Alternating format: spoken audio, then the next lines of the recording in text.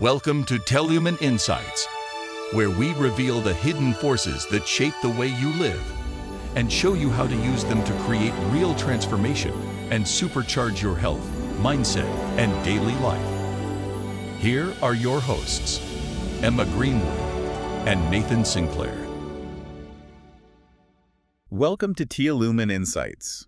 We're going deep today into Ray Kurzweil's vision of the future, specifically the singularity. Yeah, the singularity. He's really become, well, I guess you could say an optimist in the tech world, or a prophet even. Right, always talk about this exponential growth, Yeah. especially with computers.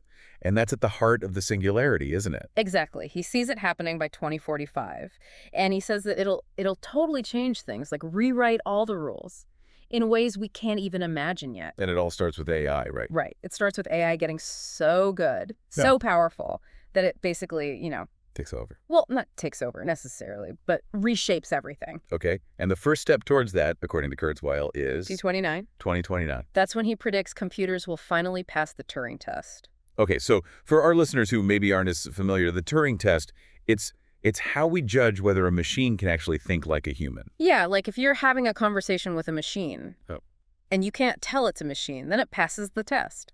Right, so 2029, computers passing the Turing test.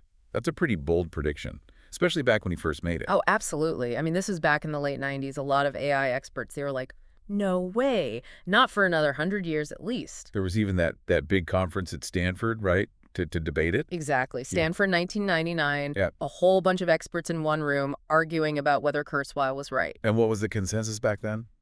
I mean, most people thought he was way off. Too optimistic, even for Silicon Valley. And here's the thing. If you fast forward to today, a lot of those same experts, they've had to, change their tune drastically. Really? Yeah. Now, a lot of them think it'll happen around 2030. So Kurzweil's only off by a year. Maybe? Maybe. He's sticking to his guns, though. Still says 2029. Wow. Okay, so either he's incredibly good at predicting the future, or there's something to this exponential growth idea that makes his predictions more likely to come true. It makes you wonder, doesn't it? And the funny thing is, Kurzweil himself, he says the Turing test, like how we usually think of it, it might not even be enough. Not enough. He wants to make it harder to pass, much harder. How would he do that? He thinks the conversation shouldn't just be a few minutes, it should be like hours. A real in-depth conversation. Okay, that makes sense. More rigorous testing. Right. And the person judging, they can't just be anyone. They got to be an expert on AI, so they can't be tricked by some clever programming. Right, you don't want the AI just pulling a fast one on someone who doesn't really know what to look for. But, okay, so even if a machine does pass this super tough Turing test, does that automatically mean it's, like, conscious, like a human? That's the big question, isn't it? Kurzweil, he thinks it does. But he admits that's more of a philosophical belief than a scientific fact. And you see this debate playing out right now with those large language models. Yeah, the ones that can write poems and code and all that. Everyone's been playing around with them. Yeah. But Kurzweil doesn't think they're conscious yet. No, he sees them as really, really good at pattern recognition, like amazingly good. But not actually thinking for themselves. They can't really reason, not the way we do. Like, they'll get tripped up on things that seem super simple to us, like multi-step problems or, complex math. it's like that story about him asking one to figure out how many legs a bunch of elephants would have. Exactly. It could do it with 10 elephants, but with 11, it completely fell apart. Wow. So they're powerful tools, but there's a limit to what they can do for now. Right. And Kurzweil believes the key to getting past that limit is to go beyond these external models and create a direct connection between our brains and computers. Like a brain-computer interface. Exactly. He's talking about connecting the neocortex. The neocortex. The thinking part of our brain, connecting that directly to a computer network. He thinks we'll be able to do that sometime in the 2030s. Okay, so, companies like Neuralink, they're already working on that kind of thing. But how would that help a machine pass the Turing test? I don't quite follow. Think about it like this.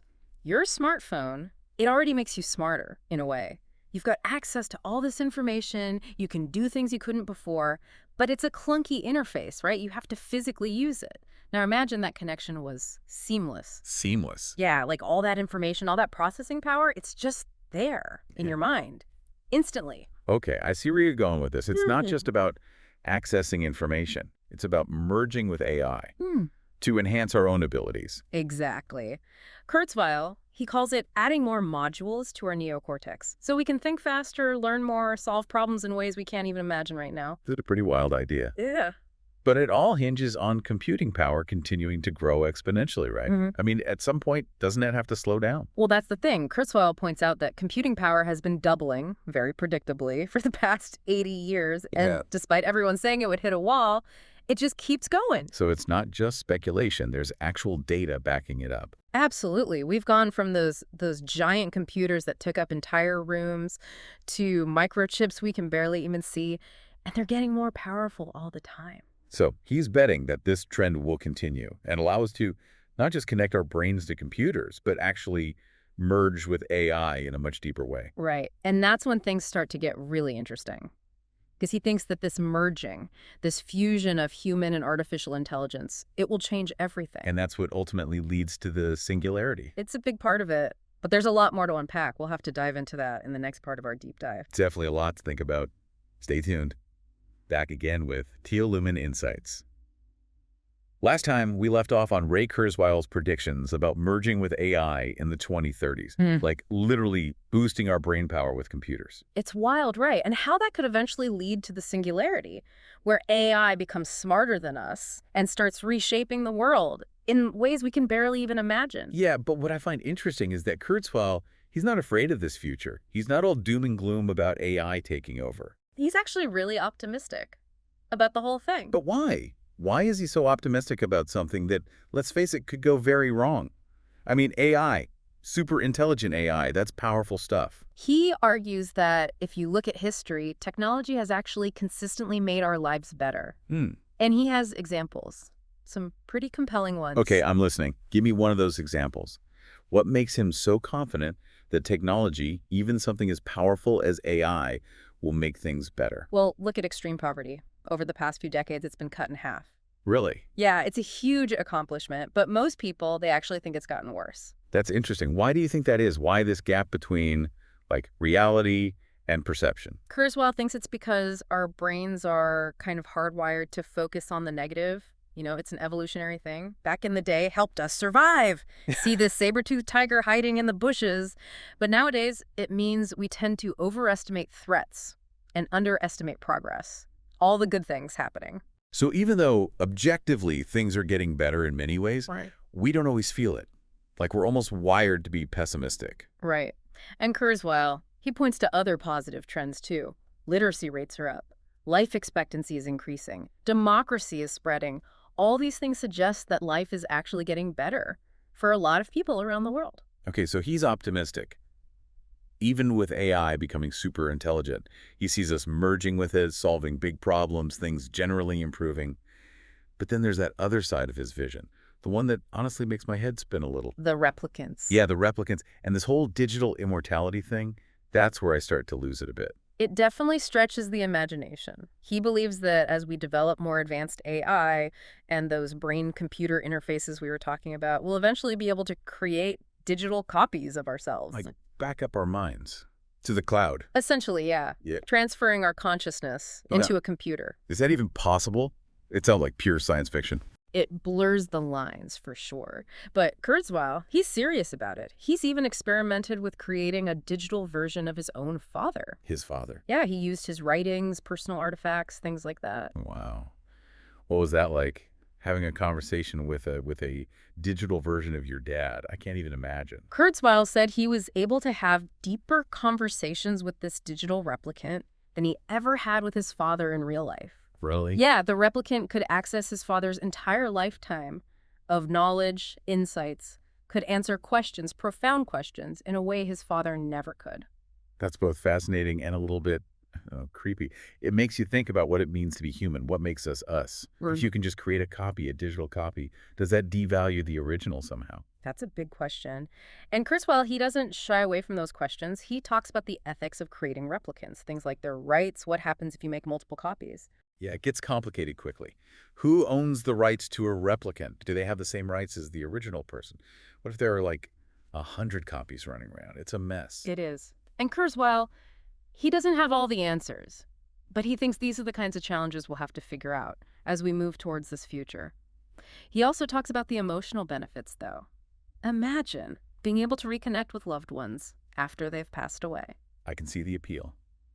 But it also feels like opening Pandora's box. Where do we draw the line? Could we end up in a world where people choose to just live entirely in a digital realm, surrounded by replicants of everyone they know? It's a question worth pondering. This technology, it could fundamentally change our understanding of life, death, what it means to be human. And it's not just replicants. Kurzweil also talks about becoming a multiplanetary species, spreading out beyond Earth, colonizing the universe. Right, the whole space exploration thing. Yeah. But I thought he said sending humans to space was, what was the word, inefficient. Didn't he have a different idea for how we do that? He did. He thinks sending humans is a clunky solution. Instead, he imagines spreading superintelligence throughout the universe. Maybe through nanobots. Nanobots. Yeah, those tiny, self-replicating robots. So instead of sending astronauts in rockets, we'd send out these microscopic robots to explore and colonize distant planets. That's the basic idea. He argues that nanobots, they could be much more effective at this than humans. It's certainly a bold idea, but it also makes you wonder, with all this focus on superintelligent AI, replicants colonizing the universe, where does that leave humanity? What about the things that make us human? Love, compassion, art, all of that. It's a good question, and Kurzweil, he has a surprisingly simple answer. Love. Love. He believes that the emergence of love, compassion, creativity from the basic building blocks of the universe, that's what gives life meaning. Love. It seems almost too simple, considering everything else he's predicting. It might sound simple, but it gets to the heart of what it means to be human. Our connections with each other, our capacity for love and empathy, those are the things that truly matter. And Kurzweil believes that even in a future filled with advanced AI and digital replicants, those connections will still be essential. So even in a world where we can potentially live forever as digital copies of ourselves, it's the love and connections we make in this life that really define us. It's a powerful thought, and it leads into another area where Kurzweil sees huge potential. Medicine, specifically simulated biology. Right, he's talked about that, how AI is going to revolutionize healthcare. Yeah, he sees AI having a transformative impact. And he uses the development of the Moderna vaccine as an example, how quickly that came about. It was remarkable. But how exactly did they use AI to do that? What is simulated biology? They basically used AI-powered simulations to test billions of different mRNA sequences, trying to figure out which ones would be most effective against the virus. It's like running thousands of experiments at once, but all inside a computer. And that's how they were able to develop the vaccine so fast. Exactly. The simulations that led to the Moderna vaccine, they took just 2 days to run. 2 days. Kurzweil thinks this is just a glimpse of what's possible. He sees a future where we can use these techniques to create new drugs, new therapies, at an incredible pace. So instead of taking years, decades even, to develop new treatments, it could take days, hours even. That's the idea. And it's not just vaccines. He talks about other breakthroughs in AI-powered biology, like AlphaFold. It can predict the 3D structure of proteins, which is key to understanding how diseases work, how to target them. It's like we're cracking the code of biology, and AI is the key. That's Kurzweil's vision. It's a hopeful one. Of course, there are still challenges, but if even a fraction of his predictions come true, we're heading into a really remarkable era. It's a lot to take in. But I think Kurzweil's optimism, this belief that technology can improve our lives, it's ultimately a good thing. It makes us think bigger. Imagine a future that's not just different, but potentially much better. And it encourages us to be active participants in shaping that future, making sure the benefits of these technologies are available to everyone. Well said. Okay, so we've covered a lot of ground, but there's one more piece of Kurzweil's vision we need to explore.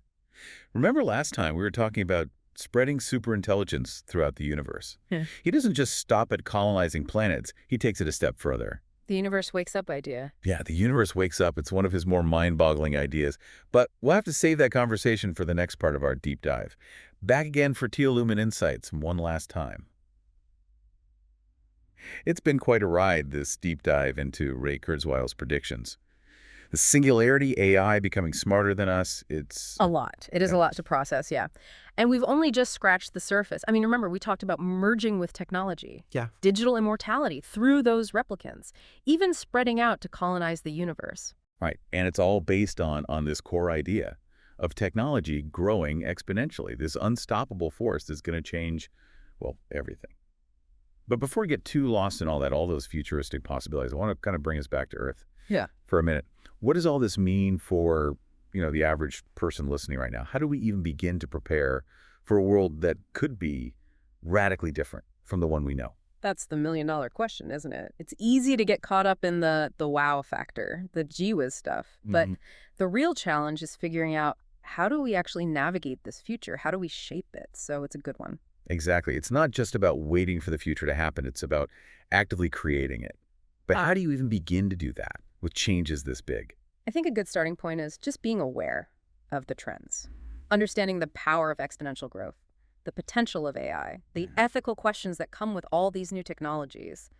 The more we understand, the better equipped we'll be to make decisions, contribute to a positive outcome. Okay, knowledge is power.